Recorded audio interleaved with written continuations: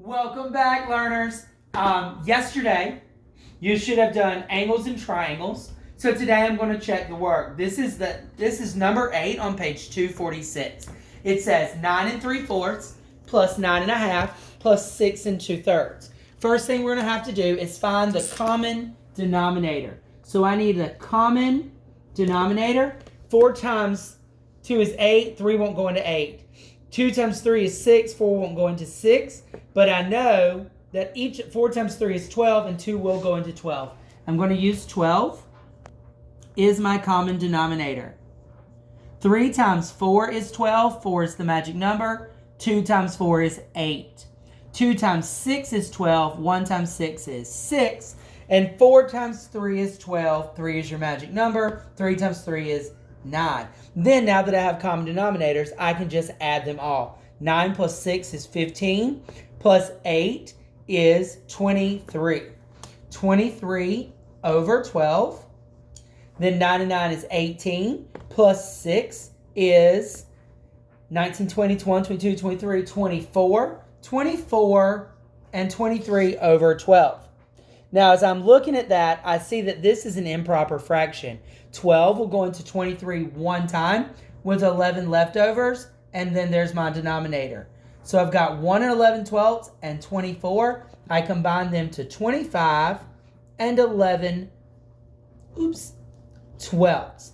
That should be your answer for your homework, your schoolwork, your classwork, whatever you're calling it, for yesterday, 8A. Now you've got a dividing by fraction. First thing I need to do is make them fractions. Catherine wants me to switch colors. We're going to use blue. Here it goes. 2 times denominator times whole number plus numerator over denominator. So 5 times 2 is 10 plus 2 is 12 over 5 divided by 4 over 5. Then I'm going to use keep, change, flip, Kentucky chicken fried. Now I've got 12 over 5 times 5 over 4. Cancel out. 5 will go into 5 one time. 4 will go into 4 one time. 4 will go into 12 three times. 3 times 1 is 3. 1 times 1 is 1. So my answer is 3. That would be 8B. All right, the next one. Back to red so we can tell them apart. I need to divide. I'm subtracting here, but I don't have a fraction. So I know that I'm going to take it, break it, and put it together. 23 becomes 22 and 7 sevenths. 7 minus 3 is 4 sevenths. 22 minus 14, I think, is 8. 8 and 4 sevenths. That's a 4. Let's make it so we can read it. 4 sevenths. Anybody have a question? No? Okay, we'll move on to the next one. Blue. I'm going to use purple since it's underneath the blue. I don't want them to run together. Step 1. If it ain't a fraction, that's right. Make it a fraction. So this becomes 18 over 1. I can't cancel out 18 and 5, so I have to multiply.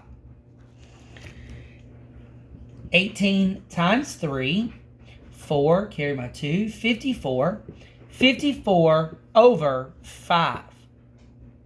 5 will go into 54 10 whole times with 4 leftovers. 10 whole times. 10 and 4/5 should be the answer for that one. Look at that. I checked my book, and I'm right. Yours should match mine, and your work should look very similar to mine. Today's lesson is Introduction to Percents. Catherine, if you'll zoom in on this box right here, just get a little closer, we'll read it together. It says, a fraction expresses a part of a whole. Half of the rectangle is blue. Half of the squares are blue. Then it says, a percent is another way to express a part of a whole. Percent means per 100, and a whole 100% reads percent is read percent. Okay, see this box right here? This box right here is important. Es muy importante. You need to memorize it. You will use it in 5th grade. You will use it again in 6th grade. You will use it again in 7th grade, and that's as far as I know. But I'm pretty sure you'll need them for the rest of forever as long as you're taking a Becca Math. So let's read them together. 1/2 equals 50%. 1/10 equals 10%. 1/5 equals 20%. 1/4 equals 25%. 3/10 equals 30%. 2/5 equals 40%. 3/4 equals 75%. 7/10 equals 70%. 3/5 equals 60%. 9/10 is 90%. And 4/5 is 80%. Today for your classwork, I would like you to try these. It's a quick review of what we just did. That's page 247. And that'll be it for math. And you have a speed drill coming. And I think there's a test Thursday. You're not doing your eraser dance. Eraser dance, eraser dance. Let's all do the eraser dance. Eraser dance, eraser dance. I could be a TikTok star. Eraser dance. Okay, so let's jump into language. Can I show the Your language lesson yesterday covered direct objects. Remember, where's my black? Subject plus action verb. Ask who or what. Your answer is the direct object. That's What? easy peasy. We did that yesterday. You're going to continue doing a little bit more of that on page 274. Think A says, I finished my homework before dinner. Subject is I. Finished is the verb. I finished what? Homework. Now on page 275, it says, an indirect object is a noun or pronoun that is located between the action verb and the direct object. It tells to whom, or for whom, or to what, or for what. I am Farkle. For what the action of the verb is done. By the way, if you haven't seen Girl Meets World on the Disney Plus, if you watch that, I am pretty much Corey Matthews. Watch it on Disney Plus and let me know what you think. He's scary. Let's look back at the board. It says, Father bought me a puppy. Father bought me... You're not getting a puppy. I know. It says it's done for you. The verb is bought. The subject is father. Father bought what? Father bought a puppy. Who did he buy it for? Me. So you have to find the direct object. Then ask to or for whom or to or for what. So step 1 is find the verb. Step 2 is find the subject. Step 3, subject plus verb, then ask for your direct object. Subject, verb, direct object, to whom or for whom would be that. Your formula will actually look like this. Subject, action verb, direct object, back to the indirect object. Real quick, let me do one. Mom made me a birthday cake.